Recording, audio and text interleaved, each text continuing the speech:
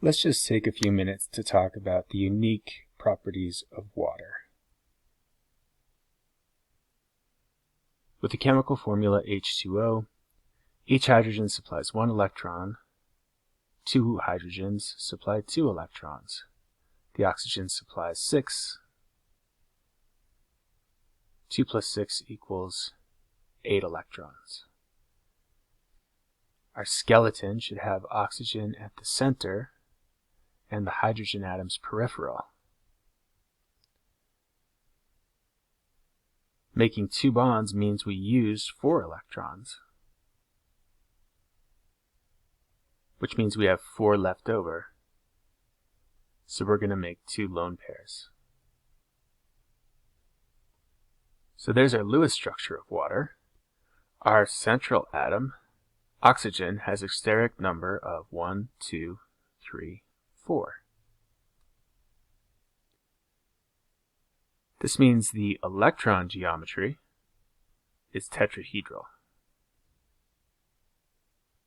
But since there are only 2 peripheral atoms,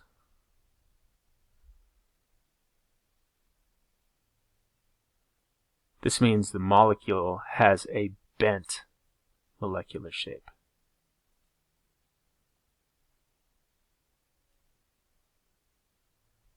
Because it's a bent molecule, a better way to draw it is like so. This bond angle here is about 105 degrees. It would be 109.5, but the 2 lone pairs repel more strongly than the bonding pairs, which closes up the bond angle a little bit. Another thing, hydrogen has an electronegativity of 2.1. Oxygen has an electronegativity of 3.5. The difference in electronegativity, therefore, of each bond is 1.4, meaning the bonds are very polar. Each hydrogen has a partial positive charge, and the oxygen has a partial negative charge.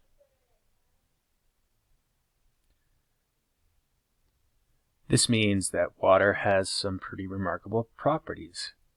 It's capable of forming hydrogen bonds, but it's also capable of solubilizing ionic compounds.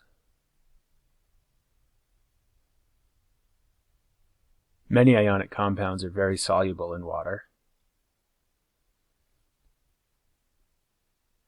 and it can participate in dipole-dipole interactions. Water is also able to dissolve nonpolar compounds.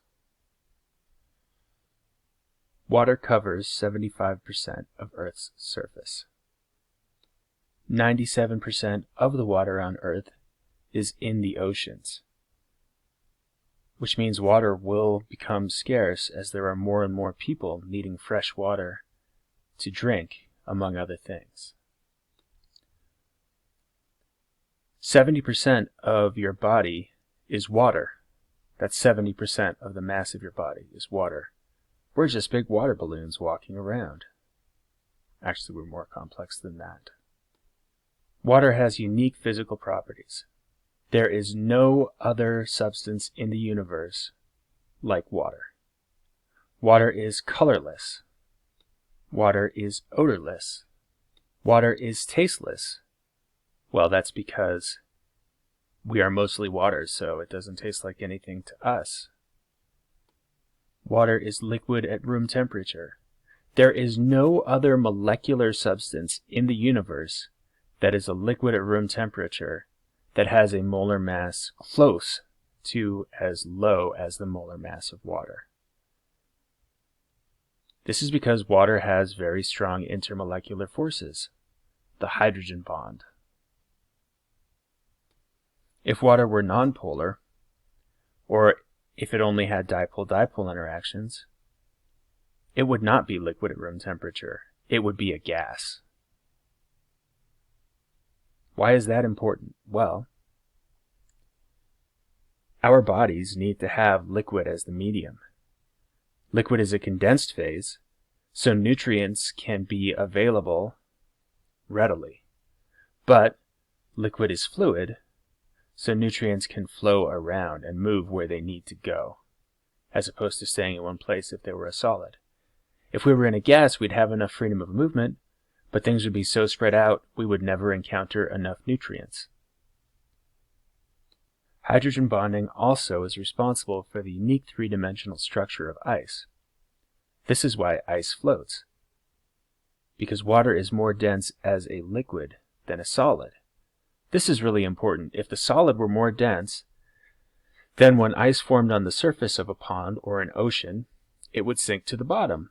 Then another layer of ice would form on top and sink to the bottom, and eventually bodies of water would freeze solid. That would have meant that during the last ice age, all complex multicellular life on Earth would have died. Here's a simulation showing water molecules in the liquid state. Notice that they're rotating and they're exchanging positions, but they're very close together. They're all touching their neighbors. Now, something very interesting happens when we take water to a solid. Look at the complex three-dimensional structure. The water molecules are no longer free to rotate or exchange positions. So the average intermolecular distance is quite a bit greater than in the liquid state. Let's look at that again. Liquid. Molecules are much closer together than in the solid, where on average they're spread far apart.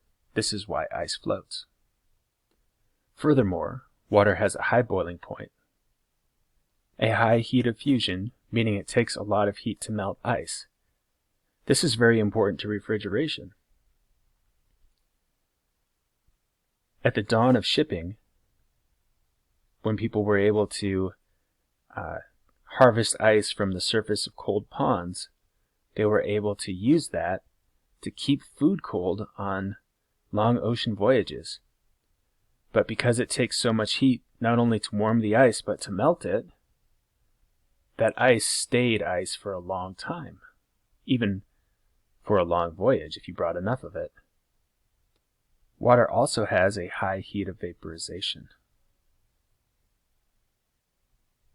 All of these properties are due to the fact that there is a strong attractive force between water molecules.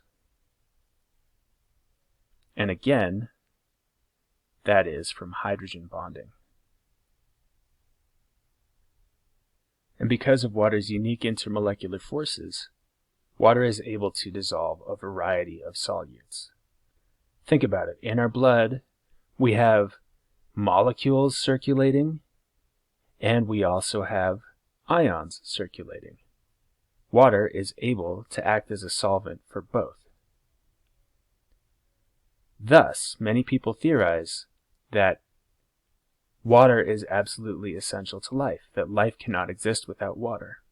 Hence, if you are interested in where there might be life on other planets, the first thing you should do is look for water.